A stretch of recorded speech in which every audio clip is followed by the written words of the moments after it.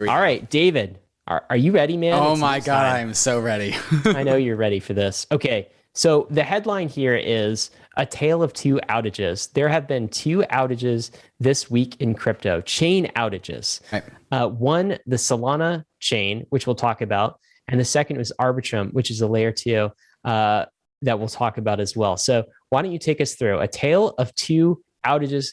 Let's talk. What happened with Solana this week? Yeah, so Solana had a peak load of over 400,000 transactions per second, which is a lot. And then the at Solana status Twitter account says, Solana mainnet beta encountered a large increase in transaction load, which peaked at 400,000 transactions. These transactions flooded the transaction processing queue, and the lack of prioritization of network critical messaging caused the network to start forking.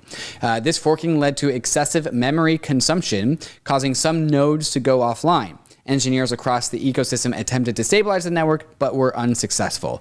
And so as a result of this, a bunch of validators had to coordinate inside of a Discord channel, I believe, to coordinate a restart of the network. And then as a result of that, the Solana was down for over 18 hours. I think it was something like 18 to 20 hours. And then once some sort of coordinated consensus mechanism to restart the network checkpoint and restart the network. I'm not a distributed systems developer, but they were able to get that Solana network started up and running again 20 hours later. So it was down for over 20 hours, which is kind of crazy. 20 hours down. And when you say down, we're not talking about degraded. We're talking about like dead, down. There's didn't no, exist. Your transactions no aren't going anywhere. No one's listening to them. Like your money's frozen. No withdrawals, like there's no withdrawals. no right. deposits, No. Yeah. Right. Mm-hmm. Nothing can happen. Right? Frozen. The state is frozen. And what had to happen is they basically had to eventually reboot the thing. And I think it required like the support of 80% of all of the validating stake, validating nodes. And that was kind of the coordination that you're talking about. Right. We'll get to some takes there. But like I will say, never in my history in crypto have I seen a chain worth like 40, $50 billion, tens of billions of dollars be down for 20 hours. Right. Mm-hmm. Like that's pretty unprecedented, has never happened at that level of value. People have tried to compare this to the Ethereum Shanghai tax in 2016. Nope. We got to talk about that one. I don't think the comparison is apt. But before we do, let's talk about, we said a tale of two outages. Right, here's the other one. A second outage happened at just about the same time. And I put outage in kind of quotes because it's kind of an outage, but also kind of not. But tell us what happened to Arbitrum, David. Yeah, so Arbitrum, the layer 2 to Ethereum, had their sequencer go down. So another interesting thing, like I said at the beginning, it's interesting that both of these happened really, really closely to each other. I think within the same like hour or maybe 2 hours. And it had both had to do with the sequencers for both Arbitrum and Solana. One of Solana's big claims to fame is it has this like natural sequencing built into the L1. Ethereum doesn't have that. It sequences things. It allows whoever proposes the block to sequence the transactions as they see fit. But Arbitrum has a centralized sequencer. A centralized sequencer almost kind of is what a rollup is, and that part broke down.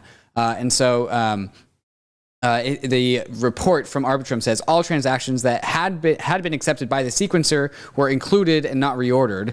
Transactions accepted by the sequencer between 10:13 and 10:14 a.m. were reassigned a timestamp when the sequencer returned online at 10:59 a.m. And so Arbitrum was down for about 45 minutes. And they say that the root cause of the downtime was a bug causing the sequencer to get stuck when it received a very large burst of transactions in a short period of time, almost very similar to what happened to Solana. And then the issue had been identified with a fix and had been deployed. And so there are some takeaways that we should talk about with the whole Arbitrum being out. Yeah, I'm actually glad. I'm kind of glad, David, this happened at the exact same time. This is great. This is such a great test. It's a great learning lesson, I think, for the ecosystem. So we can say Exhibit A, what happens when a layer one sort of has a complete outage and requires a restart from a coordinated set of validators. And then Exhibit B, what happens when a layer two goes down as well. So maybe let's talk about the contrast here. One interesting contrast is when the Arbitrum outage was a little bit different. So sending layer two transactions was not possible, so you couldn't transact on layer two. But Ethereum wasn't down. Right. So you could actually still get some transactions through on Arbitrum in sort of a roundabout way, as I understand. Why don't you take us through when Arbitrum failed? How did it fail? Right. So when Arbitrum failed, the Arbitrum sequencer stopped listening to incoming transactions. And so all the benefits of the L2, all the scale, all the throughput, all the low gas fees, we lost that. That's what we lost. The sequencer stopped hearing transactions and stopped writing them to the Arbitrum blockchain, the Arbitrum L2. But the whole point about rollups is that there is a natural fallback to a rollup that doesn't require you using the sequencer. And so because of the rollup design, users could just make an L1 transaction and update the state of the L2 of the Arbitrum L2 themselves using the main chain. It's like a user only backdoor to Arbitrum. If for whatever reason the sequencer is not listening to transactions, maybe they're censoring you specifically, but not no one else, it doesn't matter because you can just go through the door that is on the Ethereum L1. So your funds are never at risk. This is why people like L2s.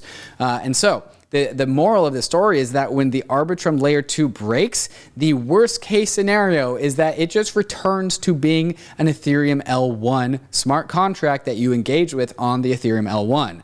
So all you got to do is have some Ether on the L1 to make a transaction to the Arbitrum smart contract to say, hey, your shit's broke, excuse my language, give me my money back. And then because Ethereum operates by that code, because of the nature of rollups, you get your money back. And so you are never, ever, your money's never frozen. I kind of get this visual, David, where thinking in terms of like, imagine Ethereum is just this bubbled city in the cloud, right? And then Arbitrum is another bubble city in the cloud, right? But it has this bridge that just essentially cannot be destroyed unless Ethereum, the city of Ethereum, is totally destroyed too.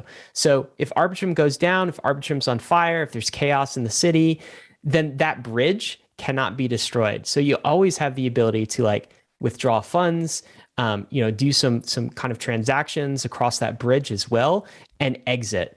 In the case of Solana, like there's no bridges right there that are enforced by Solana. So like Solana's down, the entire Solana network is down. That is not the case with layer 2. Layer 2 just fails gracefully back to Ethereum. So it's kind of a question of like, was Arbitrum totally down, right? And I think Daniel from the Arbitrum team actually makes that case. Like practically speaking, kind of was for the average user. But he says, if I want to get nitpicky and pedantic, I could also argue that it's not. And he gets very nitpicky and pedantic in the whole thread, and we're not going to go through it. But what's the TLDR here? Yeah, the TLDR is that there are 3 ways to get a transaction out of Arbitrum. One of them is like the normal case where like as a normal operating L2, you send your transaction to the sequencer, and then the sequencer updates the Arbitrum state, gives you a little receipt, and then yay, we can go beyond our merry way. We are actually going to have to scroll down because I'm going to have to read the second way to get in. But this is going to be just a little learning lesson. And so here he says meet the sequencer. That's the thing that orders the transactions, accepts the transactions right to the Arbitrum's chain. But the case number 2 is that when a message from the Ethereum L1 can also be included into the sequencer.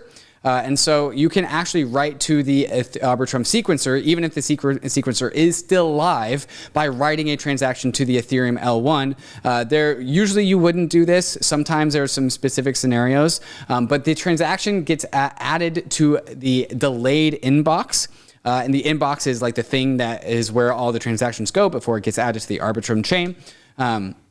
And like the most common case here is like when you just straight up add money to your Arbitrum account. That's when you make an Ethereum L1 transaction, put it into the Arbitrum inbox. Within 10 minutes, it shows up on the Arbitrum L2. And that's when one of those cases that you would do that. And then the third case is what we were exactly talking about, is that if a message has been sitting in a sequencer's inbox longer than what is the code for max delay, which I believe is 10 minutes, any user can call a function called force inclusion, which pops out the message out of the delayed inbox and puts it into the user's account on Ethereum L1. And so this is a fantastic thread if you want to go into in more nitpicky details about how a layer 2 rollup is constructed. But because there's 3 different ways, and the worst case scenario is always the fallback of like there is always user sovereignty if the sequencer isn't doing what they say they were, that is why rollups are so magical.